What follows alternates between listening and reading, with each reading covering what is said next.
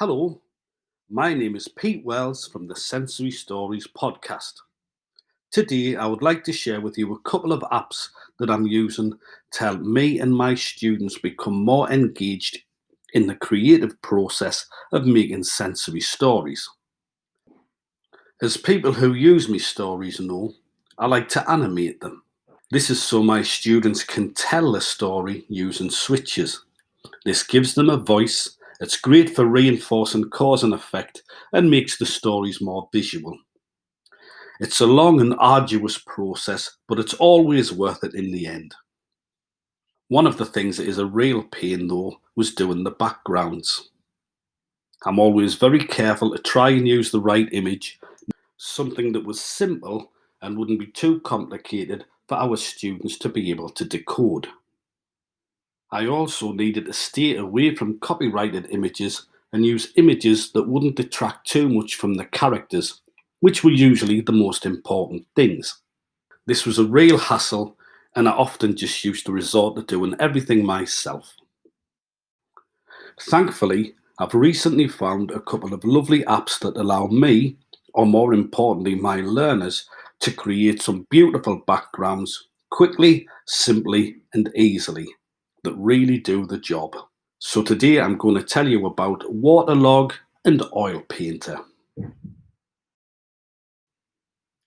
Waterlogue is a lovely little app that allows you or your learners to make really effective looking watercolour paintings from photographs. At the special educational setting where I work, we have loads of students that like taking photographs. Most of them use either switch adapted cameras or a Bluetooth switch with an iPad. The beauty of these watercolour paintings is that it can take quite a busy image and simplify it quite significantly. This can help our students decode the image that's on the screen. In this example, I took my learners to the beach to find some backgrounds for Sheldon Snail's sunbathing session. Using a Bluetooth switch and an iPad, a young man called Daniel, a keen photographer friend of mine, took this rather splendid picture of the beach. It wasn't the nicest of days, as you can see, it's quite cloudy, but thankfully Waterlogue makes the gloomiest of pictures look really pretty. So here's how Waterlogue works. You simply load up the program and then insert your picture into it, which the program will then automatically and magically turn into a beautiful watercolour painting. If you want, you can up the fidelity a little bit to make it a bit clearer. And depending on the image, this is something I like to do. Once you've got your image, you just export it in the usual way, saving it to your photos, emailing it to yourself, or airdropping.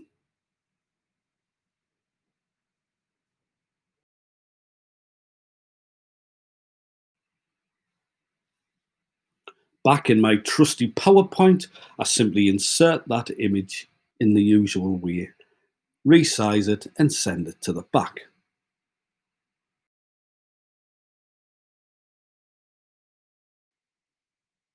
Ta-da!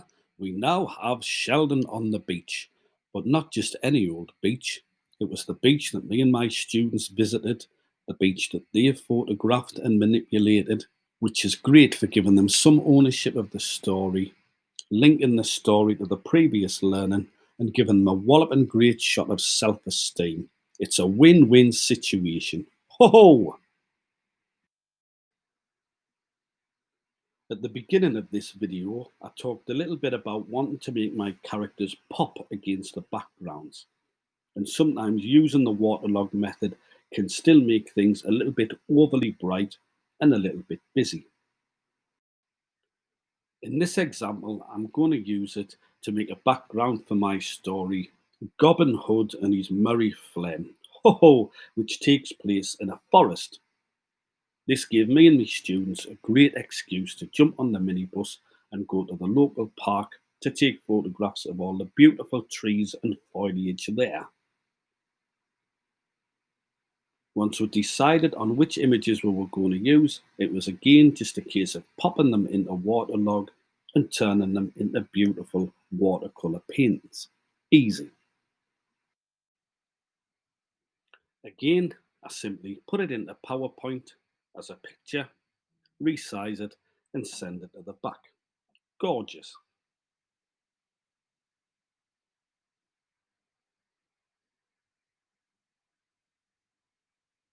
However, this time I really want Gobbin to pop and to stand out against that background.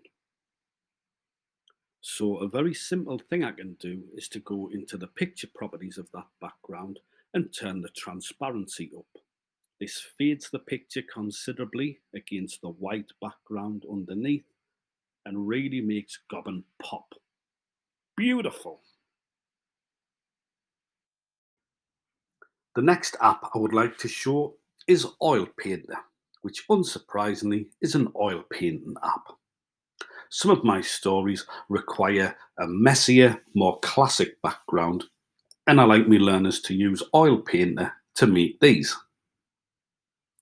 The story you can see on screen at the moment, Don't Play with the Hedgehogs, really benefited from this messier, more natural look, which is what I was going for.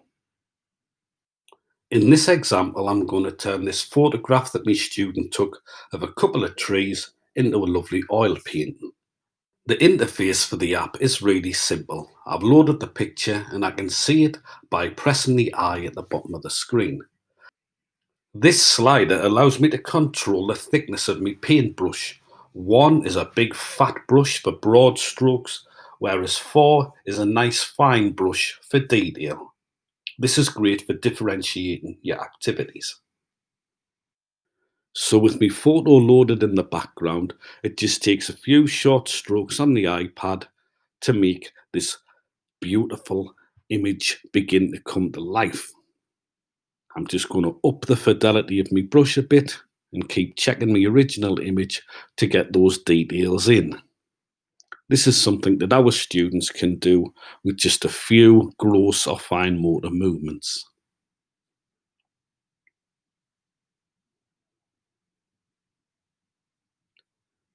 As you can see, I'm using a finer and finer brush until I get the picture that I want. When I'm somewhere near finished, I like to go back to my big fat brush and just dab around the edges to give that really painterly look. This is just a stylistic choice, but I think it works really well.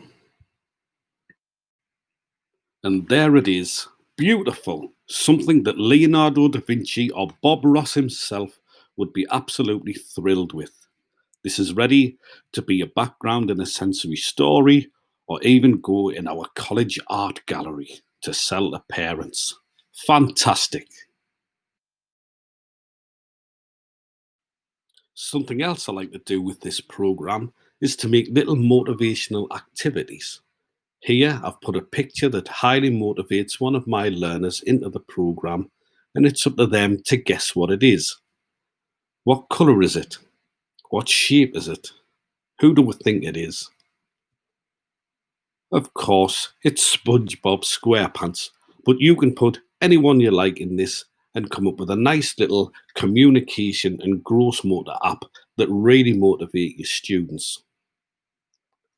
Remember, just be careful to use images of things that they like. Ugh. So that's Waterlogue and Oil Painter, two cheap apps available for Android and iPad that my students have found lots of fun and really beneficial. I hope you do too.